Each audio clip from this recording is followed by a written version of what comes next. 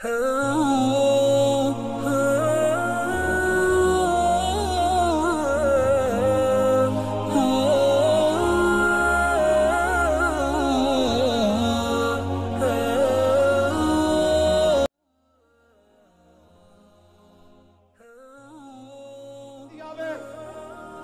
جی اقبال کی گل کر دے تھے نساکی ناز پیمانہ گفتم یہ میں بھی گل یہ تو اقبال بندہ کر دے اقبال جا بندہ کہہ دے نساکی ناز پیمانہ گفتم حدیث عشق بے باکانہ گفتم۔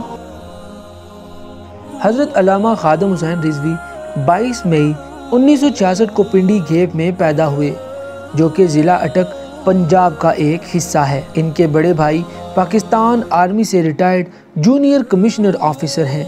انہوں نے 4تھی جماعت تک اپنے گاؤں میں تعلیم حاصل کی۔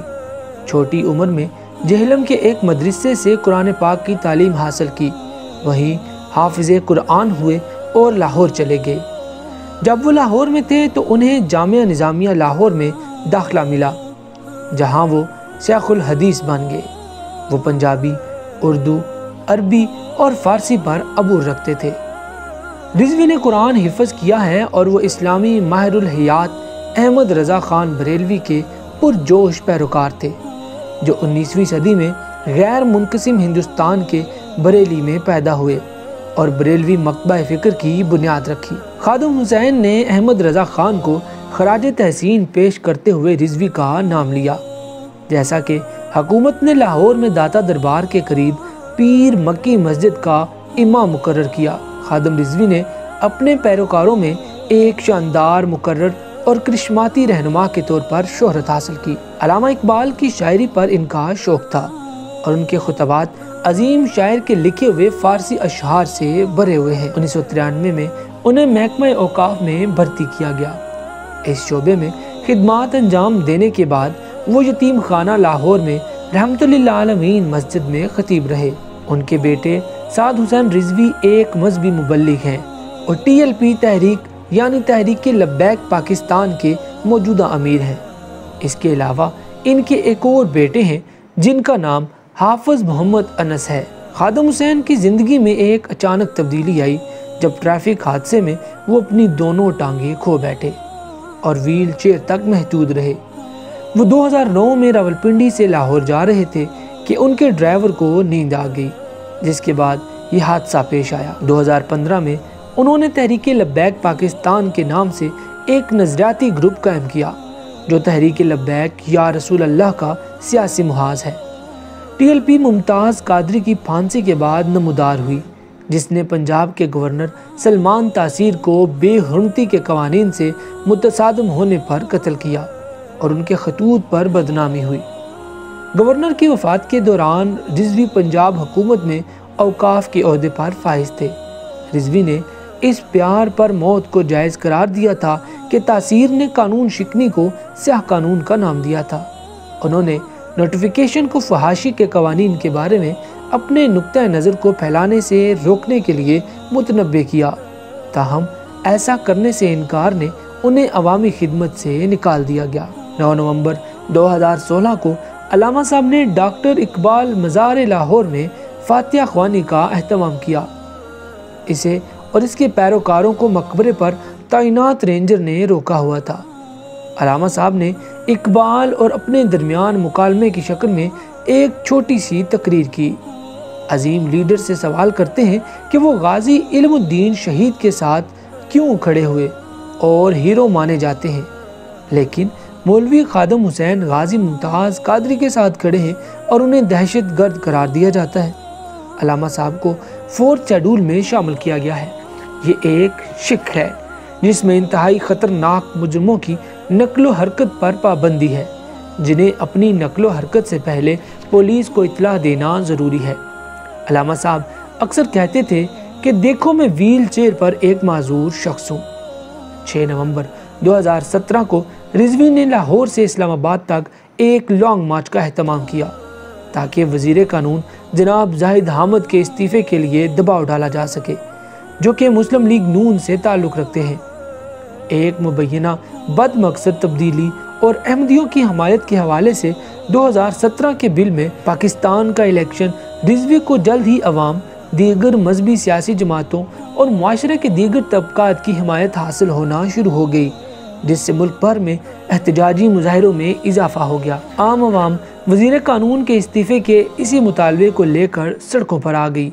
اس کے بعد مکمل شٹ ڈاؤن شروع ہوا اور حکومت نے بالآخر تمام نیوز چینل کو زبردستی بند کرنے کے ساتھ جواب دیا، جس کے بعد سوشل میڈیا نیٹ ورکس کو بلاک کر دیا گیا تاکہ صورتحال اور معلومات کے بہاؤ پر قابو پایا جا سکے۔ اس نے کراچی، راولپنڈی، اسلام آباد، لاہور اور پنجاب کے کچھ دیگر شہروں میں افراتفری اور انتشار پیدا کیا۔ آخرکار شام تک آرمی چیف نے مداخلت کی اور دونوں فریقوں سے تحمل کا مظاہرہ کرنے کو کہا۔ اپنے انخلاء کے بعد رضوی کے پاس اپنے نقطہ نظر کو لیکچر دینے کا زیادہ موقع ملا۔ وہ پاکستان پینل کوڈ کی دفعہ C-295 کو برقرار رکھنے کے لیے قوم کے پاس گئے۔ وہ اسی طرح ممتاز قادری کے لیے کھڑے ہوئے۔ پاکستان تحریک لبیک کے تمام حامی، جس کی بنیاد خادم حسین رضوی نے رکھی تھی، عدالت کی جانب سے مسیحی خاتون آسیہ بی بی کی بازیابی کے بعد سڑکوں پر آ گئے۔ وہ توہین مذہب کے الزام میں تقریباً 9 سال تک جیل میں تھی۔ وہ لاہور، فیصل آباد، کراچی اور اسلام آباد سمیت پاکستان کے کئی شہروں میں زحمتیں کر رہے تھے۔ تمام سڑکیں بلاک کر دی گئیں۔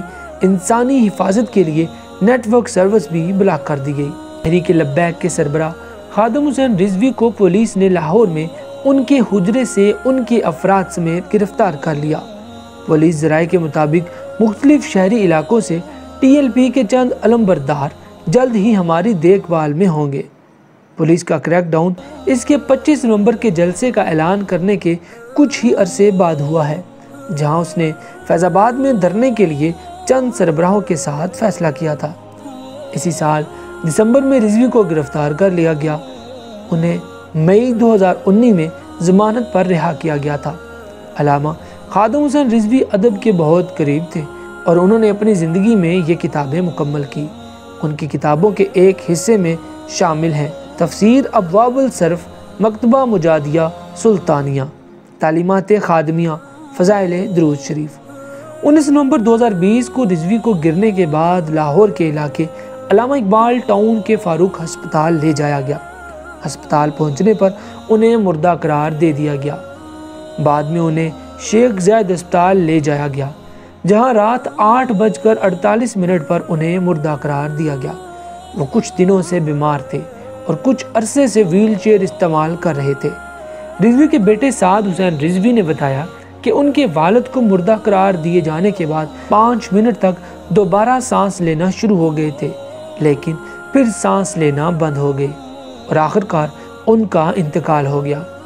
نماز جنازہ لاہور میں مینار پاکستان پر ادا کی گئی اور اس کی امامت سعد نے کی۔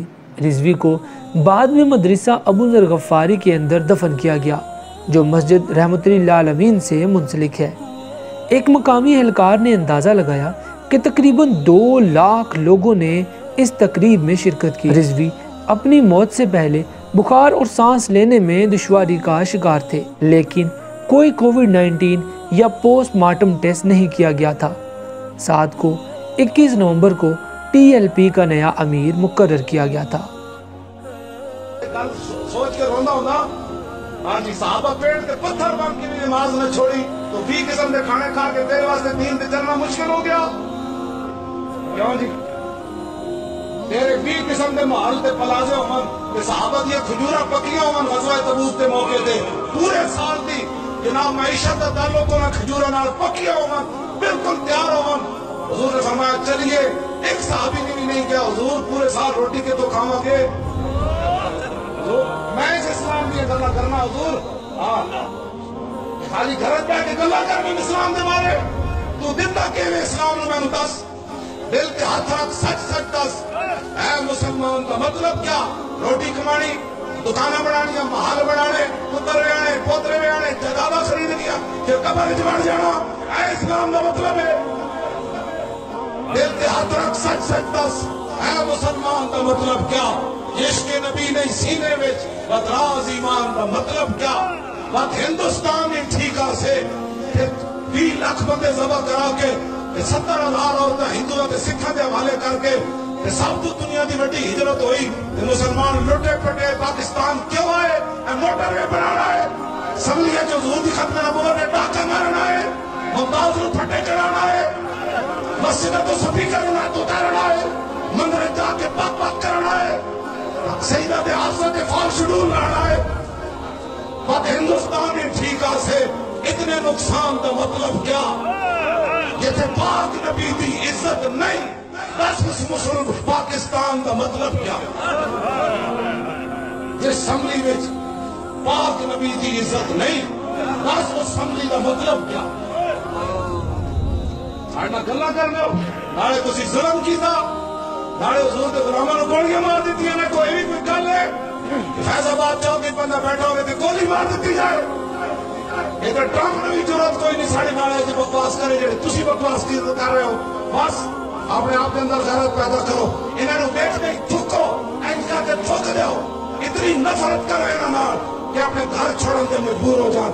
یہ اپنے آج جو تیرے گھر سے یار پھرتے ہیں در بدر جوڑی کھا پھرتے ہیں۔ این کر کے نہ نفرت کرو کہ تو سندر رسول تو پھرے ہو، دیکھو پھر حضور دی امت توڑے وال تھکتی بھی کوئی نہیں، میری تھک بھی قیمتی ہے، میں تیرے وال کیس کرا۔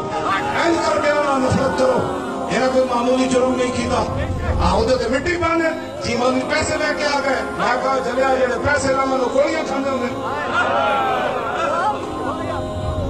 ہاں جی ہوں بھی ساڑھے کئی بچیاں دے ایڈے ایڈے پیٹ پھٹے ہوئے، کس دی گردن ایڈی ایڈی پھٹی ہوئی زخمیاں تھی، کس دی ٹنگاں کپیاں گئیاں۔ ہاں جی محمد صاحب میرا بیٹا گیا ہفتہ تقریباً 4-5 دن لا کے آیا زخمیاں تھے، وہ میں راتی ساری رپورٹ انہیں دیتی، اسی پیو پتر 4 گھنٹے راتی بیٹھے رہے، انہیں میں نے ساری رپورٹ دیتی، کہنے لگا اتنا غریب بچہ ہے زخمی، میرا جڑا 500 روپے کے ملازم ہے۔ میں نے کہنے لگا ابو جی تسی سوچ نہیں سکتے جدو میں انہوں نے گھر گیا تو انہیں پھر ویکھ کے میں نے لبیک دے نعرے لگے۔